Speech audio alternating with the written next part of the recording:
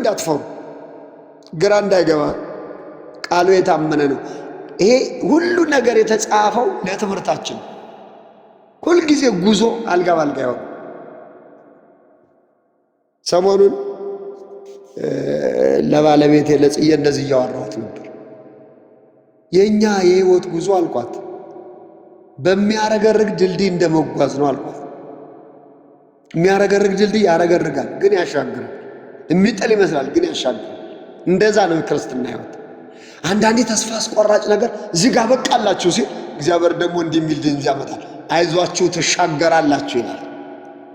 አይዟችሁ መሻገራችሁ አይቀርም። አውራቂሱ መንገድ ላይ ያስቀራችሁ። የትኛውም ተግዳሮት መንገድ ላይ አያስቀረንም። ባለፈው ሳምንት ነው ያወራነው። አምላካችን መጠጊያችንና ኃይላችን ባገኘን በታላቅ መከራ ረዳታችን ነው እና አይዟችሁ ብዬ ነው የምመክራችሁ። ለራሴም አይዞ ቸሬ ነው የምለው፣ እናንተንም አይዟችሁ እላችሁ። በየትኛውም ተግዳሮት ሁኑ፣ የትኛውም ችግር ይገጠማችሁ፣ የትኛውም ነገር ፌስ ያርጋችሁ፣ ግን አንድ ነገር እርግጠኛ መሆን ያስፈልጋል። አይዞሽ ያለው እግዚአብሔር የታመነ፣ አይዞህ ያለው እግዚአብሔር የታመነ፣ አይዞሽ ያለው እግዚአብሔር የታመነ እና ጳውሎስ አይዟችሁ እንደተናገረ እንዲሆን እግዚአብሔርን አምነዋለሁ ተናግሮ ወደ ኋላ አያፈገፍግም። ሐሰት ይናገር ዘንድ እግዚአብሔር ሰው አይደለም፣ ይጸጸትም ዘንድ እግዚአብሔር የሰው ልጅ አይደለም። አይዋሽም እሱ። አይዞሽ ካለ ከጎንሽ ነው፣ አይዞህ ካለ ከጎንህ ነው። እግዚአብሔር መልካም ነው፣ በመከራ ቀን መሸሸጊያ ነው። አይዞህ ያለህ መሸሸጊያ ነው። አይዞሽ ያለው መሸሸጊያ ነው። በመከራ ቀን ከጎን ይቆማል። በመከራ ቀን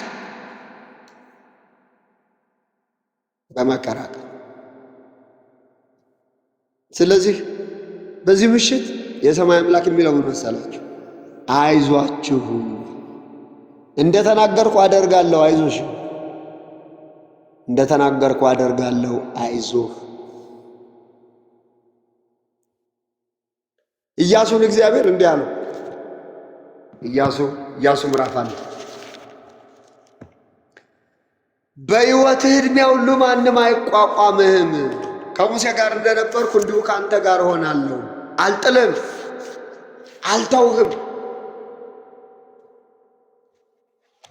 አይዞህ በርታ ብዬ አላዘዝሁህምን? ምን ማለት ነው? 31 ነገሥታት ፊት ለፊቱ ቆመው እግዚአብሔር ምን ይለዋል? በሕይወት ዕድሜ ሁሉ ማንም አይቋቋምህም። 31 ነገሥታት እያለ፣ አዎ የተቀጠረ ኢያሪኮ እያለ፣ አዎ ዮርዳኖስ የሚባል ወንዝ አለ ድልድይ ያልነበረው እያለ፣ አዎ አይዞህ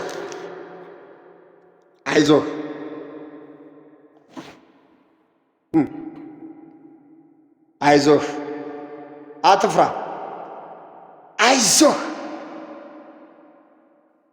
በሕይወት ዕድሜ ሁሉ ማንም አይቋቋም። ከሙሴ ጋር እንደነበርኩ ከሙሴ ጋር እንደሆንኩ እንዲሁ ከአንተ ጋር እሆናለሁ።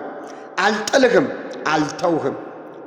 ለአባቶቻቸው እሰጣቸዋለሁ ብዬ ማልኩላቸውን ምድር ለዚህ ሕዝብ ታወርሳለህና ጽና፣ አይዞህ ነገር ግን ጽና፣ እጅግ በርታ። አይዞሽ።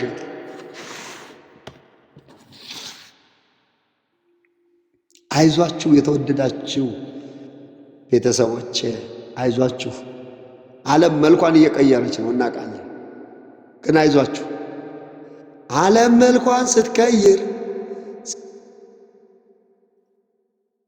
ምድርን በበደል ብዛት የእሳት ዲን ሲያለብሳት ፍጥረት ሩጫው ሲያቆም ለዘላለም ሲያከትም ኢየሱስ አይለወጥም። በዘላለም ፍቅር የወደደሽ አይለወጥም። በዘላለም ፍቅር የወደዳችሁ አይለወጥም። አይዟችሁ፣ እናንተ እግዚአብሔር እጅ ላይ ናችሁ። ጌታ ኢየሱስ እንደዚህ ብሎ ተስፋ ገብቶልናል። በጎቼ ድምፄን ይሰማሉ፣ እኔም አውቃቸዋለሁ፣ እኔም የዘላለም ሕይወት እሰጣቸዋለሁ፣ ለዘላለም አይጠፉም፣ ከእጄ ማንም አይነጥቃቸውም። ከእጄ ማንም አይነጥቃቸውም። አይዟችሁ፣ ነጣቂው አይነጥቃችሁም። አይዟችሁ፣ እሱ አይለወጥም። በዘላለም ፍቅር የወደዳችሁ አይለወጥም። ንጉሡ አይለወጥም። አይዟችሁ እና ኢያሱን እግዚአብሔር አይዞህ አለ። አይዞህ አንዳንዴ አይዞህ የሚለው ድምፅ ቀላል እንዳይመስላችሁ።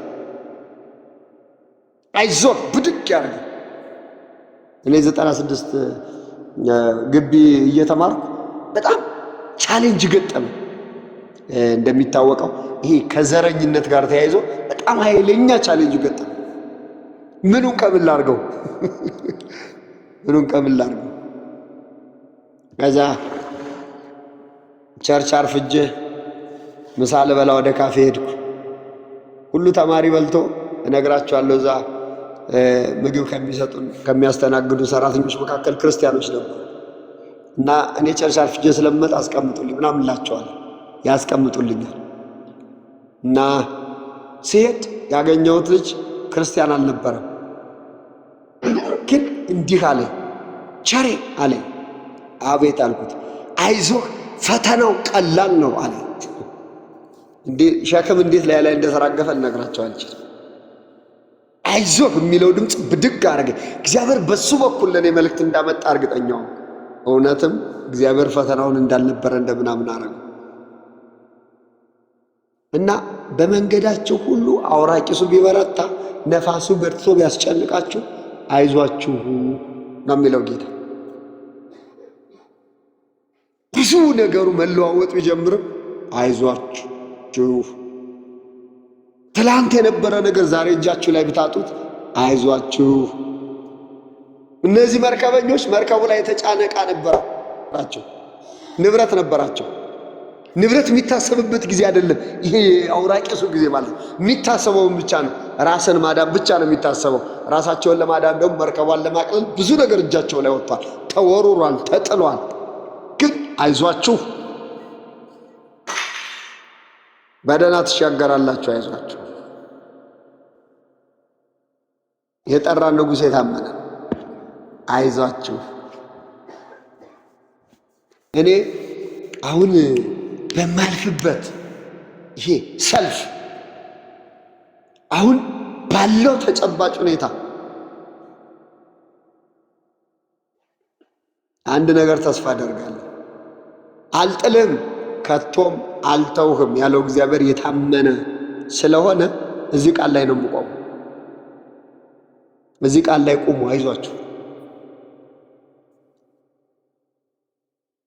አስተማማኝ የሚባል ነገር ምድር ላይ የለም። ቅድም ለአንድ አሽከርካሪ እያወራሁት ነበር። ይሄ ምድር ያልፋል፣ ሰማይ ምድር ያልፋል፣ ይጠፋል። እንዴት ነው ምድር የሚጠፋው አለ? በእሳተ ገሞራ ተቃጥሎ ከታች ፈነዳና የእሳተ ገሞራ ያፈነዳውና ያጠፋዋል ምድርን አልኩት። ሰው ሁሉ የት ይሄዳል አለኝ። ሰው ሁሉ ስጋው ወደ አፈር ተመልሶ አንዳንዱ መንግስተ ሰማያት ጌታ ኢየሱስን ያመነ መንግስተ ሰማያት ይገባል፣ ያላመነው ደግሞ ወደ ሲኦል ይገባል አለ። እና ዝም ብለን ነው ለዚህ ምድር የምንታደለው አለ። የሰው እንደዛ ነው ሁኔታው አለ። እኛ የማይናወጥ መንግስት አለን። አይዟችሁ። የዕብራውያንን ሰዎች ሲመክራቸው ምን አላቸው? የማይናወጥ መንግስት ስለምንቀበል አላቸው።